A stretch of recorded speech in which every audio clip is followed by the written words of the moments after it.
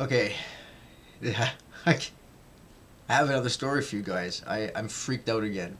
And this time it's not about my parents. It's about my ex-girlfriend, the psychopath. And oh my freaking god, this one has really got me insane.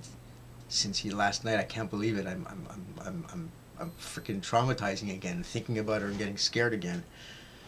Although I did the right thing, man, when I got the cops involved. It was a fluke. It was her mistake. She called the cops on me. She set me up. But once the cops were involved and they knew what she was all about, they made sure that I knew what was going on. They didn't tell me. I figured it out, but it's a long story. But there was one female cop who arrested me, and she basically was acting as my protection for a little bit. I didn't want to go into that because I can't. Anyhow, but I did make sure that my ex knew the cops were involved. They knew exactly what was going on, and that I had my ex-girlfriend on tape hitting me in case anything happened, and she'd be arrested for that. And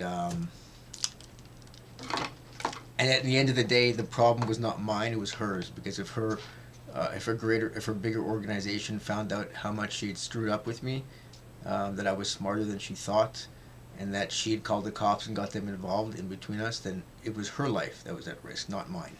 And I figured that out after researching what they're all about and how these how these organized gangs operate.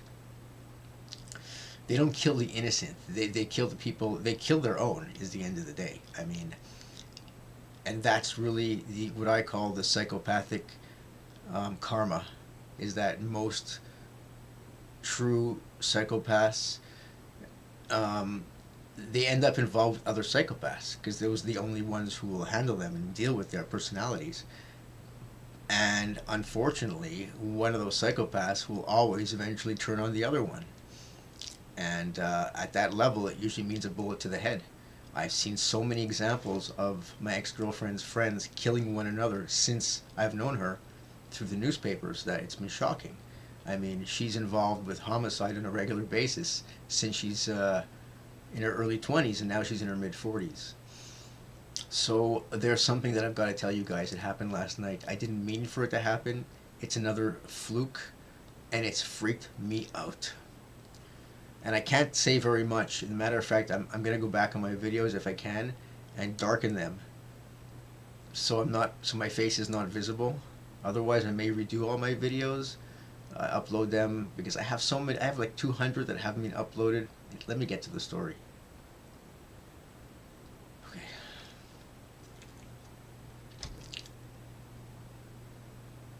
I'm not going to tell you guys. Forget it. Forget it. You know, I just can't. Okay, here it is. 2 years after I left her, after the court case was over, was settled, and I was on to my parents being narcissists. I didn't know they were psychopaths yet. I didn't know about anything. I just knew that they were a problem, and I went no contact. And I was dealing with that. And it was way at the beginning before I knew my ex-girlfriend was a psychopath. You know, it was my parents who made me realize that my girlfriend, I don't know which one, my girlfriend made me suspicious that she was a narcissist. But then people said, well, if you dated a narcissist, you have to look at your parents. And then I looked at my parents, and then I got lost in my parents for a year or 2 years because that was serious, heavy stuff. Then I went back to my ex-girlfriend. And when I went back, I didn't know what she was. I wasn't sure if she was a narcissist. That was the thing. But I was not thinking psychopath. I had no idea just how deeply she had fooled me and how completely false her persona was and just how dangerous she was. So I go back to check her out and to see what's going on, and I kind of missed her. I knew my parents were no longer in my life, and she was the only one I had, I thought, still in my life. Even though she had gotten me arrested and we had been through all kinds of hell together, that's all I had. I had no friends, so I called her up. She didn't want me to come over. She was really livid. She was really adamant about me not coming over. But being a borderline, I don't take no for an answer when it comes to that. So I just drive on over with my bike. She lives about 10 minutes away by bike. And I make my way in there, and she's acting like I've never seen her act. She's just a completely different person. Like many of you have experience with psychopaths. I won't go into the details and how she's different, but she's basically a stranger, and she's treating me like a stranger. To say there was no affection is an understatement. And I was looking for a little bit of validation that she liked me a little bit at least, but there was just nothing. So she wanted me out of there, and I was making all kinds of excuses, right? That's what borderlines do when they don't want to get split up and face abandonment. And I was cold out. I had shown up there without a coat or jacket. It was cold. I said, "Come on, let's go." So she gives me her jacket, and it was a beautiful jacket. I mean, it was really nice. So she says, "Take it, and just you can have it." So I go home with this, and I'm thinking, "Wow, this is great. I really like this jacket," and I didn't know why she gave it to me. Later on, I figured it out. She had a John. She had a client coming over. She was a prostitute, so she had people coming over at all times, and she wanted me out of there before someone showed up and rang her doorbell. So by giving me the jacket, she got rid of me.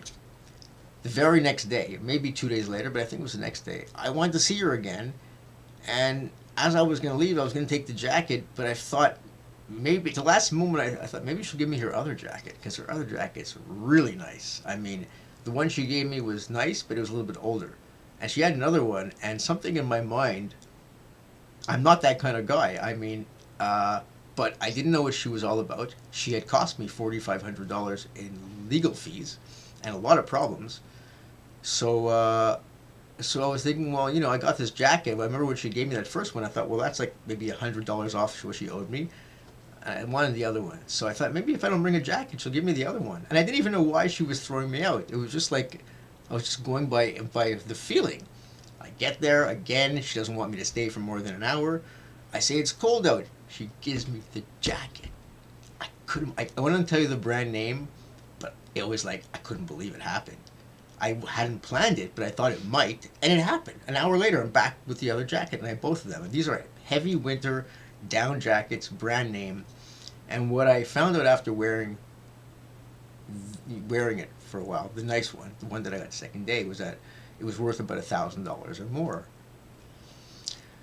Ever since and I tell you it's worth more because it's so warm, I would be dead without it. She saved me. That jacket has been a lifesaver. Since I was homeless, since I've been doing my cans, I never would have been able to afford a jacket like that. I mean, I never had anything nearly that level of prestige, we'll say. Comfort, luxury. But I always wondered, why did she have that jacket?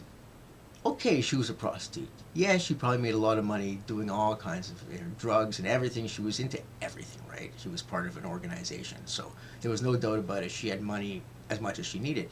But I knew her well enough that she was a true psychopath, like my father. And what I mean by that is that they don't have any narcissism, really. They're not narcissists. They don't care about themselves enough to invest in a jacket. Just like they don't care enough to invest in measures that will ensure they don't get arrested for the 16th time in their life, because these people are continuously arrested. That's a psychopath. If you want to consider yourself a psychopath and say you don't commit crimes and you've never been arrested, I'm sorry, you're just not a psychopath. I know what a psychopath is. My father and my ex-girlfriend arrested many times throughout their life for crimes ranging from sexual to business to just everything. And they never learned. They never stayed out of the legal systems once they were in. It's like a rotating door. I couldn't place why she would get that jacket. I said she would never do it. If she had $100,000 on her, she wouldn't do it. That's why I liked her. Although she was a beautiful woman, she didn't have that air of silliness about her where she would, she didn't dye her hair 6 colors, and she didn't look like a bimbo. She looked like a respectable mafia woman. Now I realize what she looked like and why I was so attracted to her. She looked very darkly elegant. Like you would imagine a female Dracula. That's basically what I always thought of her as.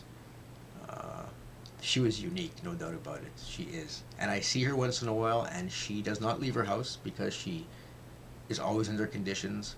She's probably a walking target for the gang's enemies. So when I do see her, she's always covered up. So she'll wear a hoodie which won't show her face at all, and she does not walk with any expression.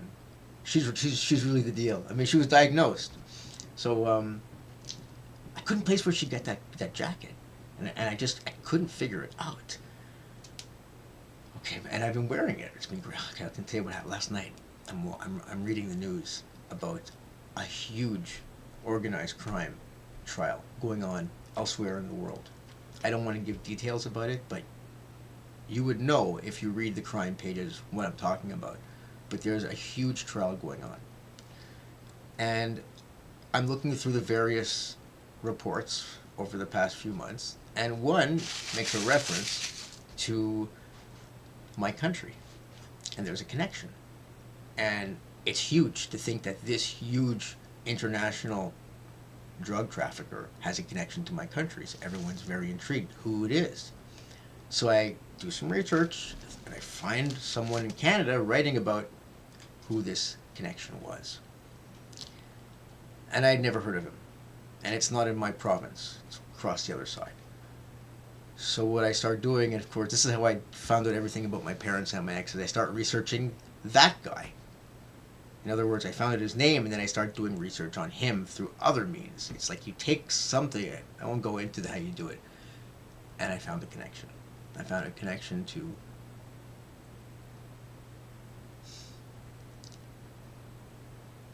I don't really want to say it.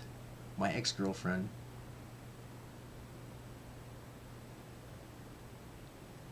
basically, it was a connection to my ex-girlfriend. So it was 2 degrees of separation to the biggest drug lord in the world, the most dangerous and feared man in the world. 2 degrees of separation. So then I start researching him again. I knew about this guy before. I knew she was connected to him, and he was the one I'm afraid of. Luckily, he's in prison. Not luckily for him, but luckily for me, he's in prison until after 2020, at which time, he'll be under conditions the rest of his life, but these people are always a threat. Not to me necessarily, anyhow. So I start researching him and think, what's going on? When is he getting out, and how's he doing inside jail, and what's the story with him? And they bring up a picture. I bring up a picture, and I swear to God, people, I couldn't believe it. My jaw hit the goddamn ground. He was wearing my jacket.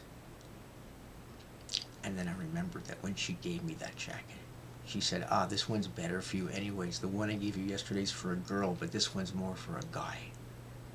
So I think, okay, either he bought that jacket for her,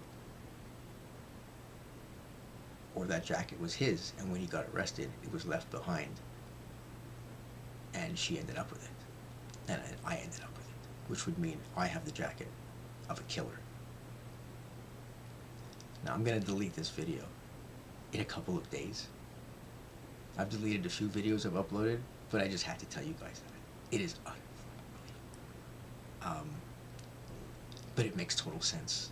There is no way she would buy this jacket. It didn't fit a woman, and when she gave it to me, she mentioned it was more of a guy's jacket. And when I saw it on him, I did zoom in. I went on Photoshop and I looked up and I said, it's either the exact same model or it's the jacket. I mean,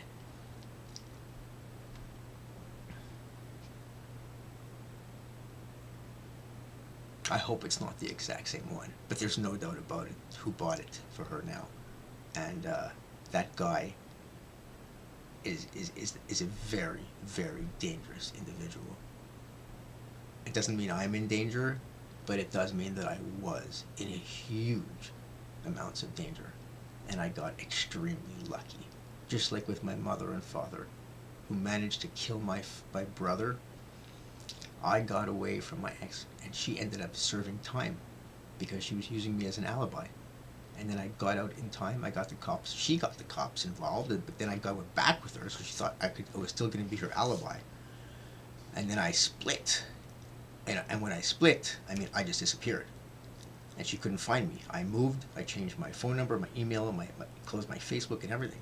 So she no longer had me. I didn't realize she was using me as an alibi. But later on I found out, and she got caught.